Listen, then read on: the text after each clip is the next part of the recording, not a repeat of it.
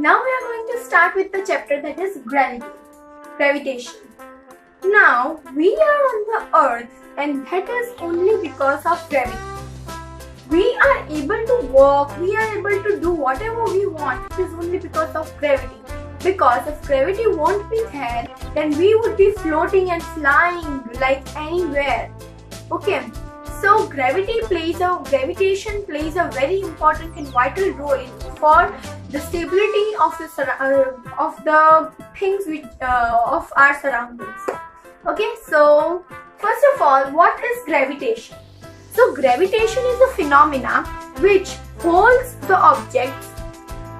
Gravitation is a force which is exerted by an object on the other object, which is directly proportional to the product of their masses and inversely proportional to the square of the distance between them. Now, first of all, universal law of gravity. Why the gravitation law is universal? Because it is universal because every object attracts every other object towards itself.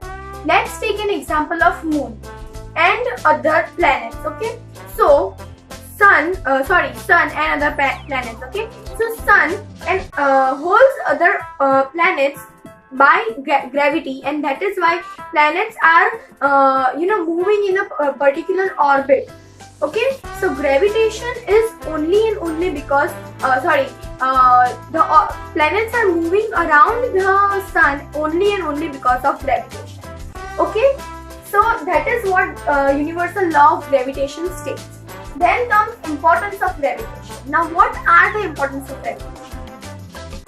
Now, firstly, in universal law of gravitation, what we have learned is gravitation is directly proportional to the product of their masses, that is m1 and m2, and it is inversely proportional to the sum of the distance between them. Means it's radius. Okay. So if we put these two statements together, then we will get gravitation is equal to m1 into m2 upon r square. Now the gravitational constant, that is capital G, this is force. Okay, gravitational force.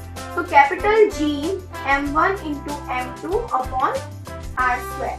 Okay, so this is what the gravitation basically is. Okay, and that is the and this is how the gravitation is. Over here it will be coming equal to, because we have kept the constant. Okay, so this gravitational constant has its value as 1. So gravitation is equal to m1 into m2 upon r square. Okay, so this is what universal law of gravitation states. Now m1 and m2 are the masses of both the objects, and this is the distance between both the objects. Then comes free fall. Now what is free fall? Okay, wait. Importance of gravitation. So gravitation is important because as I have said, if gravitation would not be present, then everybody will be floating. Every object will be moving here and there. Like nobody would be stable at their places as they are now. Okay, moon is attracted by the earth. Earth is attracted by the sun. We are stable on the earth because of its gravitational force. All the other objects have some gravitational force because of which they attract their moons and they are attracted by the sun. Correct? So this is what the importance of gravitation is. Then comes free fall. Now what is free fall? An object just falls on the surface without any external force applied. Means there is no external force applied. The object falls directly to the ground only and only because of the gravitational force. Is known as its free fall. Like the object falls down freely without any external force applied instead of gravity. It is known as free fall. Then comes mass and weight. Now, what is mass? So mass is the actual quantity of the object. And what is weight? Weight is the amount of gravitational force acting on that object. Okay? So SI unit of weight is Newton because force acting on that object is known as its weight.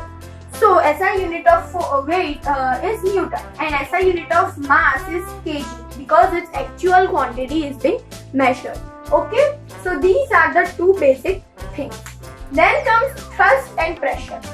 Now, what is thrust and pressure? Thrust is the force acting on that object, force acting opposite on that object when the object is immersed inside the water, and that force is known as thrust, and pressure, that is the force per pressure is also known as Pascal, and force acting per unit area is known as pressure. Okay, so pressure is force acting per unit area, that is pressure. Now, why is it so that the military tank can walk easily on the marshy soil, but when we take any motorcycle or something, then that will immerse down? This is because military train have broad chains in it. So as the area on which pressure is acting increases, therefore as the area of force applied increases, the pressure acting decreases. Okay, so this is why the tank would not sink inside and the motorbikes will sink inside the marshy soil. Then comes buoyancy. Now, what is buoyancy? Buoyancy. Now, buoyancy is the phenomena on which, see, if this is a container and which is full of liquid, and the object is immersed in it. Now, if we put the tumbler into our bucket inversely, then we will see that it would be coming up and it would try to float on that object. So, the ability of the liquid which helps the object to float is known as its buoyancy. Okay, so why the object floats? Now, if the density of the object is lower than the density of the liquid, then the object will float. And why the object will sink? Why the object sinks? This is because if the density of the object is greater than or higher than the density of the liquid, then the object will sink.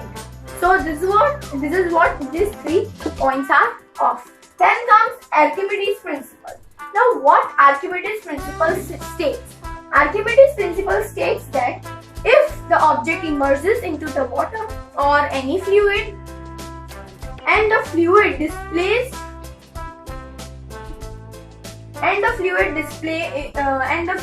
is displaced by the object, the volume of the fluid displaced by the object is equal to the volume of the object. Okay, displaced from the container is the volume of the object. It basically states that if we put down this pen into a glass and the water that overflows from it, that much water, the volume of the water is equal to the volume of the pen or the object immersed into the water or any fluid. Okay, so this is what Archimedes principle states. Okay, then comes relative density.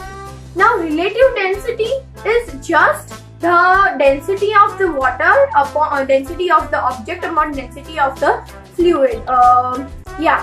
So this is relative density, means just if the relative density is relative density have no SI unit because its formula is the density of the object upon density of the liquid. So this relative density is helpful in taking out why the object floats or sinks. Okay, so if you liked my video, please give it a thumbs up. Also comment down below if there are any suggestions. Share the video as much as possible. Hit the bell subscribe to my channel and hit the bell icon so that you can get my latest updates. Thank you.